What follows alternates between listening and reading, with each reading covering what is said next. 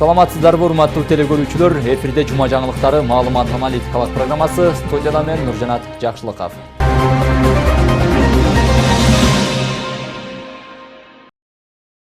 Бүгүн Бишкек шаарындагы Токтогул Сатылганов атындагы Улуттук филармонияда биринчи элдик курултайдын экинчи күнү өттү. Иш-чаранын башында сөз алган президент Садыр Жапаров кече сүйлөгөндөрдүн көпчүлүгү мектеп, бала-бакча, маданият үйлөрүн жана спорт комплекстерди куруу сыяктуу көйгөйлөрдү айтууга убакыт коротпой, башка темада сунуш идеяларды берүүгө чакырды. Саламатсыздарбы, урматтуу делегаттар, урматтуу курултайдын катышуучулары. Мен бир эле сураныч айтып коеюн дедим. Кече күнү сүйлөгөндөрдүн көпчүлүгү мектептер жөнүндө, бала-бакча, маданият үйлөрү, анан спорт комплекстер боюнча суранбадыбы. Бүгүн сүйлөөчүлөр ушул нерселерди кеп кылбай эле башка проблемаларды, орчундуу проблемаларды айтып, анан сунуштарыңыздарды берсеңиздер. Анткени мектептер менен бала-бакчалар эң биринчи биздин көңүл чордонубузда турган маселелер. Биз билебиз кайсы айылга мектепти жаңыртышыбыз керек экен. Мен келгенде 247 айылда мектептер жараксыз болчу. 60-70 жылдары курулган мектептер эле. Алардын четинен бүткөрүп отуруп, азыр бүгүн 200 мектеп калды. 200 айыл. Сиздер айтып аткан кечеүнкү, анан бүгүн да чыгып айтам деген, мектеп айтам дегендер ошол 200 айылдын ичине киресиздер. Кудай буйрса келе жаткан жылы бюджетке киргизебиз. Бир жылда бюджетибиз көтөрө алса 200 мектепти бир эле жылда салып салат элек. Бирок көтөрө албайт экен. Ошо 2023-24 кыскасы ушу жакынкы бир 2-3 жылдын ичинде мектеп деген проблеманы бүтүрөбүз. Бир дагы айыл калбайт эски мектеп менен. Кече күнү дагы bir аксакалыбыз сүйлөп кетти. 1928 жылы курулган мектепте окуп атат балдар деп. Мен биринчи окуп атам да муну. Ушундай да мектептерибиз бар экен. Бирок көпчүлүк мектептерибиз биздики 60-70 жылы курулган мектептер. Өзгөчө кырдаалдар министрлиги балдарды окутканга болбойт деп 7-8 жылдан бери справка жазып берип келип жүрөт. Бирок ошо салынбай келгендер. Кудай буйрса жакынкы 2-3 жылда бүт баарын бүтүрөбүз. Бала-бакчаларды дагы билебиз. Маданият үйлөрү да кайсыл жерлерге салыш керек экен, кайсыл жерлерде эскисин оңдош керек экен. Бизде көңүл чордонубузда бардыгы бир жерде жазылуу. Ошондуктан убакытыңыздарды дагы коротпой, башка темадан, анан сунуштарды, мындай идеяларды айтсаңыздар. Кече элдик курултайдын биринчи күнүндө эртең менен саат 10-до башталган жыйын 18:10го чейин созулду. Алгач курултайдын төрагасы болуп Кадыр Кошалиев шайланды. Ал эми жетекчилик курамына 20 адамдан турган аксакалдар кеңеши бекитилди. Жалпысынан 1072 делегат катышты. Аларга президент Садыр Жапаров өлкөдө жасалып жаткан иштер тууралуу айтып берди. Андан кийин Жогорку кеңештин төрагасы Нурланбек Шакиев, министрлер кабинетинин башчысы Акылбек Жапаров баяндама жасады. Курултайдын жыйынтыгы боюнча биринчи элдик курултайдын резолюциясы кабыл алынат.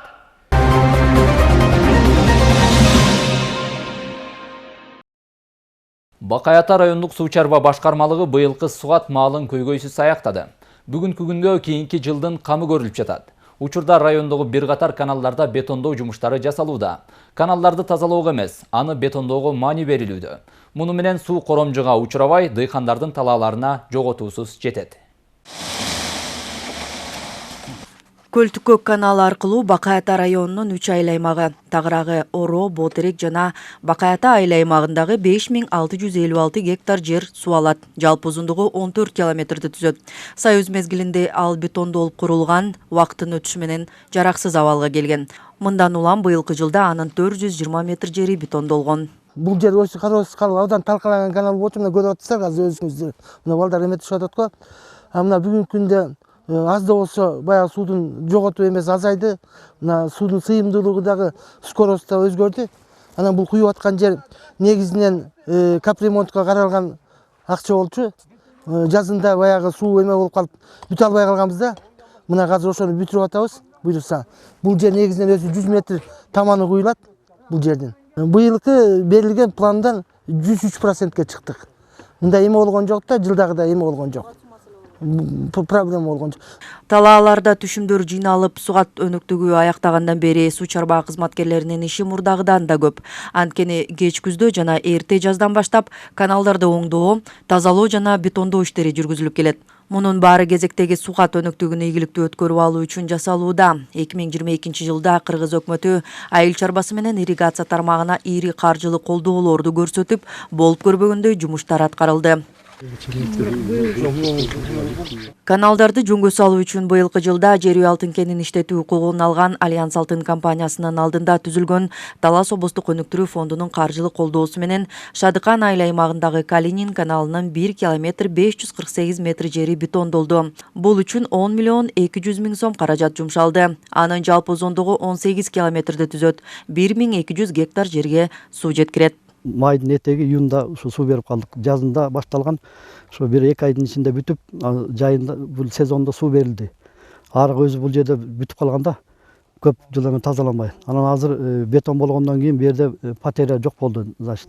Эми bundan кийин дагы биз өз ушул суу чарба башкармалыгынын эсебинен капиталдык ремонттун эсебинен ушул Бакубат талаастын эсебинен да 600 метр каралган. Райондун өнүктүрүү фонду аркылуу болсо Миңбулак айылындагы 500 гектар жерге суу жеткирген ички арыктарга лотоктор орнотулду. Бул лотоктун койгонубуз себеби бияктан 500 гектарга жакын жер суу ичет. Ага суу жетисе албайбыз. Кыйналат. Суу аз болот. Анан ошонун негизинде ушул лотокту коюп не кылганбыз. Быйыл жакшы, Кудайга шүгүр. Дыйкандар bir маселеден чечилди деп ойлойбуз. Быйылкы жылка жакшы 4 суу менен чыгышты.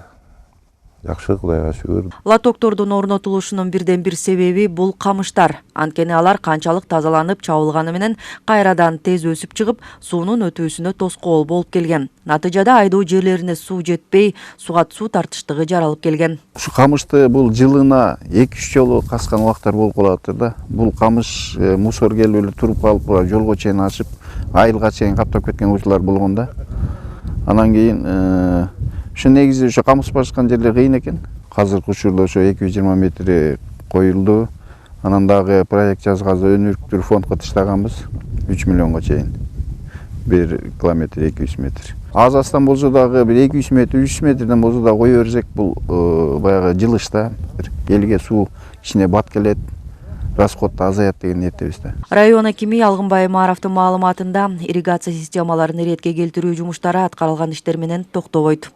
Негизинен алганда эми баягы ар бир жумуштун өзүнүн мындайча айтканда тартип стандарттары бар.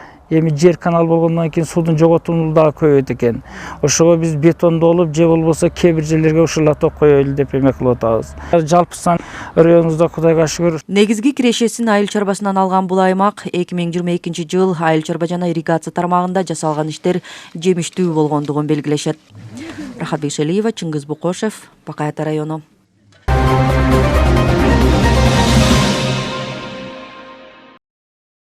Быйыл Таласта арпа буудай жана көп жылдык чөптүн түшүмү жылдагыдан жакшы болду. Мындан тышкары облус аймагындагы дыйкандар быйыл 81 миң тонна төө бурчак жыйнашты. Жакынкы күндөрү кант кызылчасынын акыркы түшүмдөрү жыйналып бүткөнү калды. Быйыл облустун айыл чарба тармагында кандай өзгөрүүлөр орун алды? Сөз кабарчыбызда.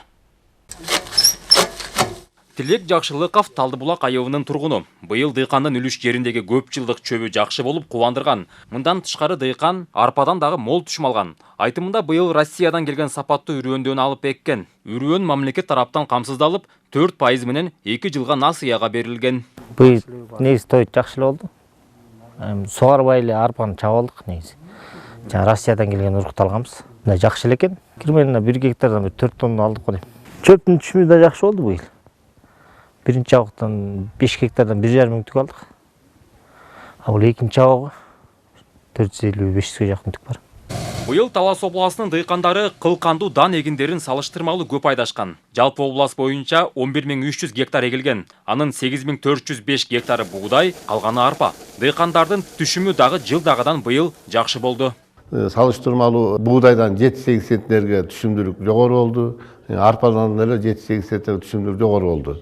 2021-ге караганда. Bunun en негизги себептери болуп, бул Россия Федерациясынан келген үрөндөр себилди көбүнчө. Ошонун негизинен да бул түшүмдүүлүк жогору болду да.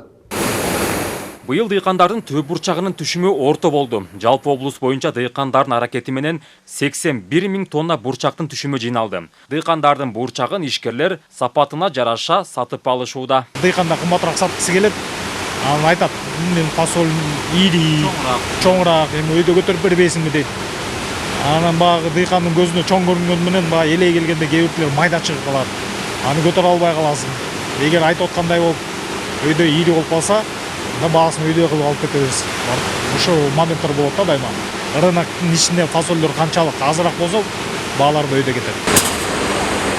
Учурда кампалар бурчактын лопатка сортунун килограммын дыйкандардан 114 сомго чейин сатып алышууда. Баа бурчактын сапатына жараша чечилет. Табастын бурчагы Европа өлкөлөрүнө экспорттолууда. Экспортко жылдын башынан бери 50 000 тонна чыкты. Ал эми жаңы 2022 жылдын түшүмүнөн 18 000 тонна экспорттолду. Бүгүнкү күндө 62 ишкер экспорт менен алектенип атат. Негизинен бир 30 жакын мамлекетке экспортко чыгып атат. Быйыл Табаста кант кызылчасынын аянты 200 гектарга өскөн. Жалпы облас боюнча 617 гектар кант кызылчасы айдалган. Учурда анын 26 000 тоннасы жыйналды. Дыйкандар кызылчаны облустагы 2 пунктка алып барып, жылдагыдан жогору сатышууда. 26 000 тоннанын 2 000 тоннасы Актөбө кант заводуна түштү. Калганды Кайыңды кантка Маймак аркылуу кетти. Анан бүгүнкү күндө негизинен жыйналып бүтө жасап калды. Бакаята, Манас райондору бүттү, Кара Бура району ушу 1-2 күн ичинде бүтөт. Жакынкы күндөрү кант кызылчасынын акыркы түшүмдөрү жыйналып бүткөнү калды. Белгилей кетсек, келаткан жылда дагы кант кызылчасынын аянттары кеңейиши күтүлүүдө. Нурсултан Курманбеков, Бексултан Рахатбек уулу, Табас облусу.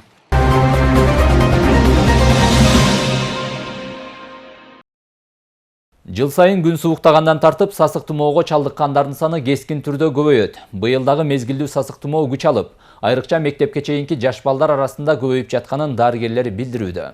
Учурда Талас облустук биргелешкен ооруканасына күн сайын 50-гө жакын бейтап кайрылууда. Жөтөлү күч алып, ооруканага жаткырылгандардын дагы саны арбын. Мезгилдүү сасык тумоо күч алгандыгына байланыштуу Талас облустук биргелешкен ооруканасына жөтөлүп, дене табы жоорулап кайрылгандар көбөйүүдө. Алардын көпчүлүгү мектеп курагына чейинки жаш балдар. Облустук ооруканадагы балдар бөлүмү, балдар реанимациясы жана инфекциялык бөлүмдөрүнө оорулуулар батпай калгандыктан кошумча бөлүм ачылган. Балдар батпай аткандыктан себептүү биз Көбөйдөгү экинчи базабызга дагы бир детский отделение ачканбыз. 30 койкага. Ал жерде азыр данный моментте бизде ал жерде уже 25 бала жатат. Башка отделениялар салыштырып алсак, детскийде 28, инфекцияда 28, бизде детский реанимация 8 ымыртка жатат. Тиги жерде 25 ымыртка жатат. Эми буну эпидемия деп деле айтпайм, пандемия деп деле айтпайм. Бул обычный сезонный грипп. Обычный сезонный грипп ушул убакта өзү күчөй турган убагы, ушундай сезонный эмеси боло турган убагы. Сасык тумоонун күч алышы менен облус тургундары аймактык дарыгерлерине кайрылбастан дароо эле облустук ооруканага алып келгендер арбын. Кабыл алуу бөлүмүндө келген бейтаптардын көпчүлүгүнө амбулатордук жардам көрсөтүп жөнөтүшөт. Мындай учурлар дарыгерлерге тоскоолдуктарды жаратат. Биздин жарандар туура түшүнүшсө да, биздин педиатрларга нагрузка кылбаса да, бизде и так деле педиатрлар жетиштүү эмес. Поликлиника иштеп атат. ГСМ врачтарды ордунда эле отурушат. Эми ошол врачтарга, например, күнүнө 50 больной көрсөк, ошонун бир 5-өсү, 6-өсү ашып кетсе, 7-өсү госпитализация болот да. Калгандардын баарын амбулаторный условиях караса боло турган больнойлор да. Өздөрү поликлиникасына барып, көрүнүп, ал врачы көрүп, госпитализацияга нуждаться этсе, алар бизге направление жазып берет. Ошондо бизге да көп нагрузка болбойт эле. Биз да мындай өзүбүздүн бейтаптарга көбүрөөк көңүл бурат элек да. Талас шаарындагы Талас облустук медициналык борбору жарандар үчүн бир топ шарттарды түзүшкөн. Маселен, температурасы жогорулап, жөтөлүп, сасык тумоо менен ооруган жарандардын үйлөрүнө чейин барып карап берүү иштери уюштурулган. Ошол эле учурда дене табы көтөрүлүп, шаардык поликлиникага барган оорулууларды кезексиз кабыл алуу иштери жүргүзүлөт. Ооругандар мүмкүн болушунча үйдөн чыкпай үйүнө чакыруу жасашы керек.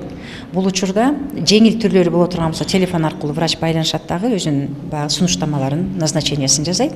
Ал эми жөтөлүп аткан болсо же дагы температура менен коштолуп аткан болсо сөзсүз түрдө врач анда үйүнөн барып көрөт дагы, анан өзүнүн сунуштамаларын жасайт.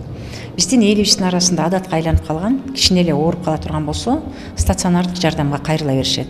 Ошондой эле облустук ооруканага көпчүлүк учурда оору өтүшүп кеткен учурда кайрылгандар да бар. Аларга өз убагында медициналык жардам көрсөтүлүп, дарыгерлердин көзөмөлүнө алынат. 22-сине түшкөнбүз. Үйдө жөтөлүп 1-2 күн кармап койдук эле, кичине немерек болуп калыптырбыз. Анан келип жатып калдык 22-синен бери. Азыр Кудайга шүгүр жакшы. Өпкөсүнө сук тийиптир. Анан азыр жакшы, Кудайга шүгүр 3 күндөн бери. Жакшы карап атат, аябай жакшы. Мезгилдүү сасык тумоо күч алган октябрь-ноябрь айларында Чолпон Мамбетов атындагы Талас облустук биргелешкен ооруканасына күн сайын 50дөн ашык жарандар кайрылууда. Стационардык бөлүмдө учурда 90дон ашык жаш балдар дарыланууда. Айжамал Байырбек кызы, Калмурат Мейманбеков, Эркинай Жумабекова, Талас шаары.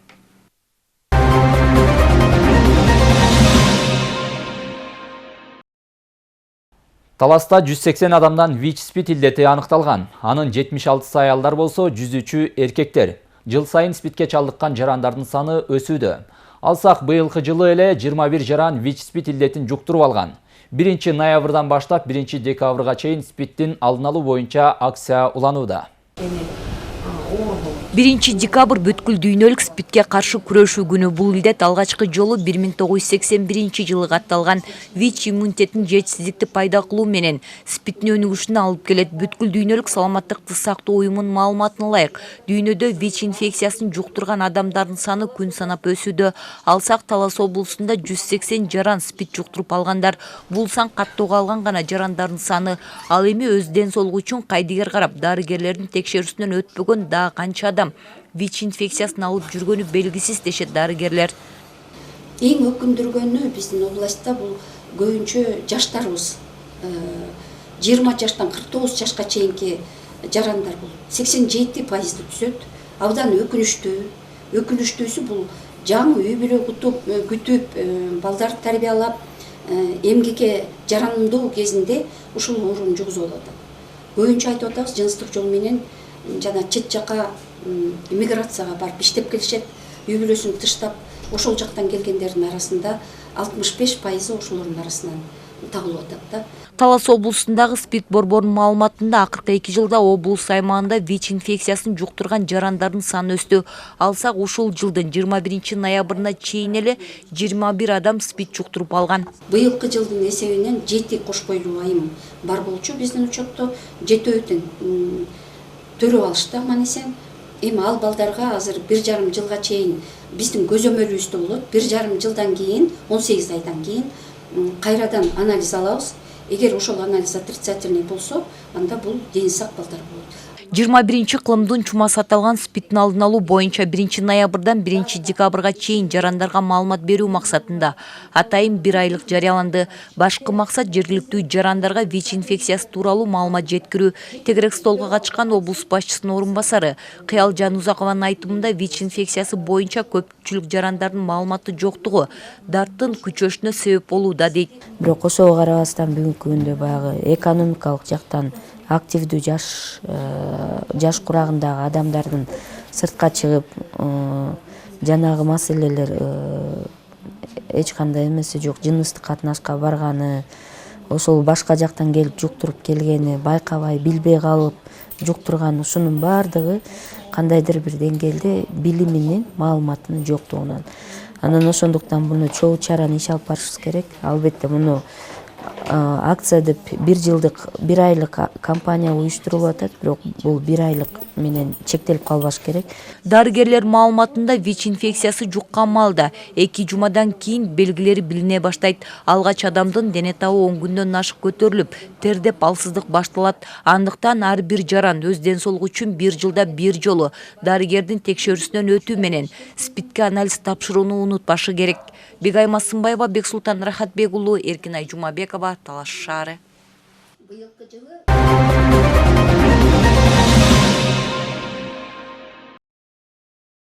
Атлах салгылашуусу 751-жылы болуп өткөн тарыхый чоң окуя. Атлах тарыхта Кытайдын Тан династиясы менен Араб халифатынын согуштук беттешүүсү болуп өткөн аймак катары көрсөтүлгөн. Талас дарыясынын боюндагы Атлах шаарынын жанында өткөн бул согуш дүйнөлүк 10 чоң салгылашуулардын бири. Быйыл бул тарыхый окуяга 1271 жыл болду. Бүгүнкү күндө Атлах салгылашуусу болуп өткөн жерди изилдөө иштери колго алынып, келечекте туристтик аймакка айлантуу демилгеленүүдө. Биздин замандын 751-жылы Талас дарыясынын жанында адамзат тарыхындагы 10 ири салгылашуунун бири Атлах салгылашуусу болуп өткөн. Анда арабтар менен кытайлардын 100 миңдеген аскерлери салгылашкан. Ага жергиликтүү түргөш, карлук жана башка түрк элдери да катышкан. Согуш Кытай аскерлеринин жеңилүүсү менен аяктаган.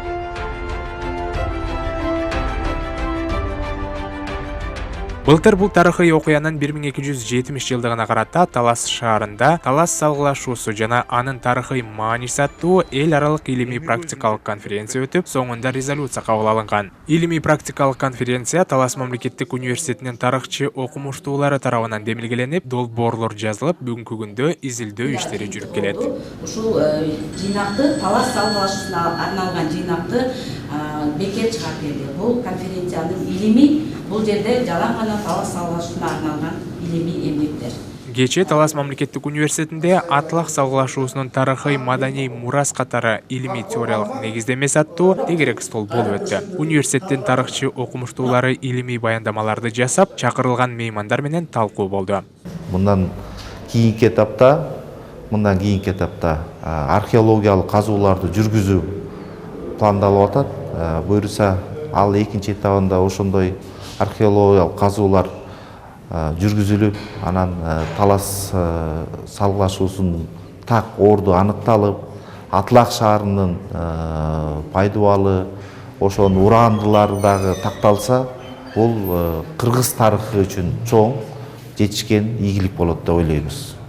Тарыхтагы Атлах шаары азыркы Манас районуна караштуу Кеңеш айылынын түндүк батышындагы Жоондебе шаар чалды бар экенин окумуштуулар археологиялык казуулардан табылган табылгалар аркылуу изилдешип белгилешкен. Деген менен тарыхый окуя болгон жер соңку жылдары иликтенбей келген. Туризмдин өнүгүшүнө жана тарыхка кайдыгер карабаган жарандар аталган жерди туристтик жайга айлантуу демилгесин көтөрүп, бүгүнкү күндө бул багытта иштер жүрүп жатат.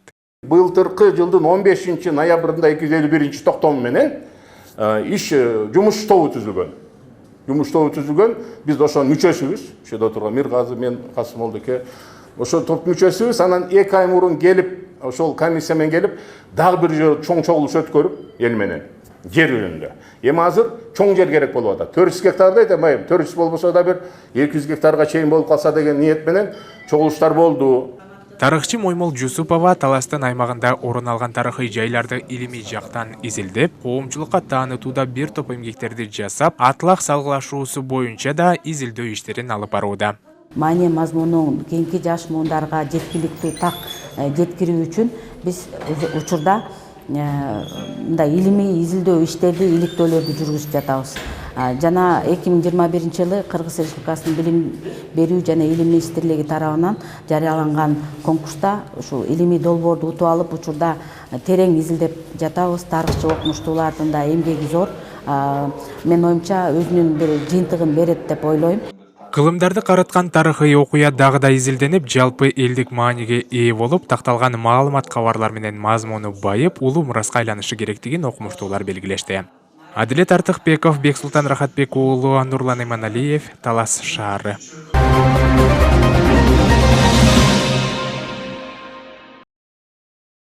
Ал эми азыр аяктап бараткан апта ичинде болуп өткөн окуяларды камтыган апта хроникасы назарыңыздарда.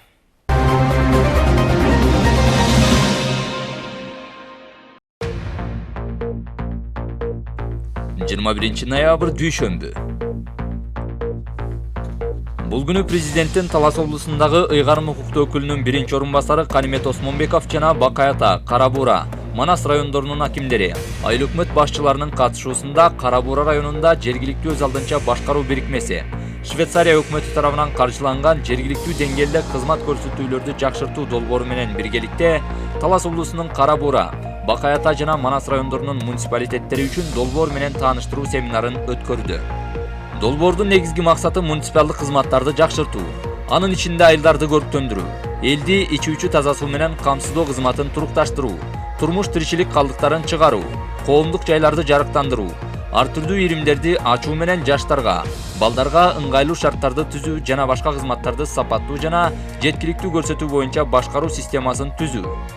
Долбоордун жардамы менен облусубуздун 24 айыл өкмөтү 300 000 сомдон 3 миллион сомго чейинки долбоорду сунуштап, колдоо ала алат.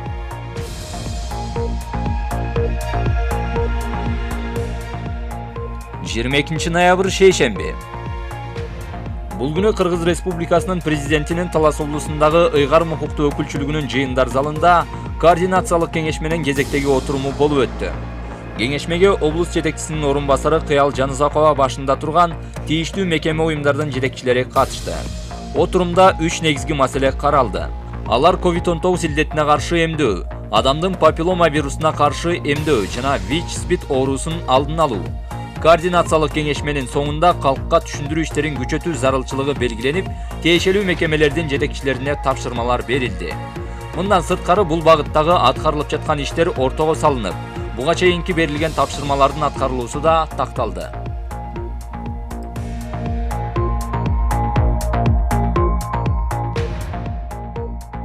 23 ноябрь шаршемби. Бул күнү депутаттардын Талас шаардык кеңешинин кезектеги сессиясы болуп өттү. Күн тартибинде Талас шаарынын социалдык экономикалык абалын өнүктүрүүдөгү бир катар маселелер каралды. Алар калк саламаттыгына кам көрүүдө жеке ишканаларда, соода борборлордо санитардык эпидемиологиялык көзөмөлдү күчөтүү, бала бакчалардын тартыштыгы, мектептерде мыйзамсыз акча чогултулушу, шаар ичинде электр энергиясынын байма-бай өчүрүлүшү жана башка. Көтөрүлгөн маселелерге карата тийиштүү мекеме уюмдардын жетекчилерине эскертүүлөр берилип, өз деңгээлинде чечип берүү жагы айтылды.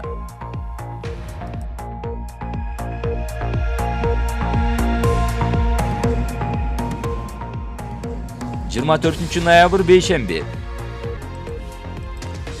Бул күнү президенттин Талас облусундагы ыйгарым укуктуу өкүлчүлүгүнүн имаратынын алдында биринчи элдик курултайга Талас областынан бара турган 76 делегат чогулду. Делегаттарды облус башчысынын биринчи орун басары, элдик курултайды өткөрүүнү уюштурууга жана техникалык жактан камсыздоого көмөктөшүү боюнча уюштуруу комитетинин Талас облусундагы төрагасы Канимет Осмонбеков жана район акимдери, Талас шаарынын мэри узатышты. Биринчи элдик курултайдын делегаттарын облустук ички иштер башкармалыгынын кызматкерлери жана тез жардам унаасы коштоп кетти. 25 ноябрь жума. Бул күнү Альянс Алтын өнүктүрүү фонду тарабынан сатылып алынган жаңы китептер Бекмолда айыл аймагындагы Жумагулуулу Алымкул атындагы орто мектебине тапшырылды. Аталган мектепте китеп жетишсиз. Айрым китептердин эскилиги жеткен. Мындан улам жаңы китептерге муктаждык жаралган.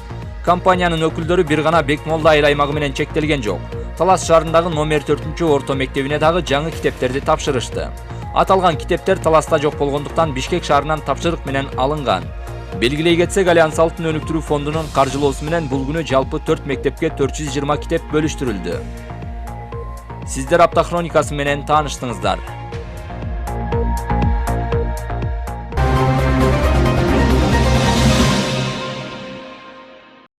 Ушуну менен жума жаңылыктары маалымат аналитикалык программасын аяктайбыз. Эс алуу күнүңүздөр көңүлдүү өтсүн. Саламатта болуңуздар.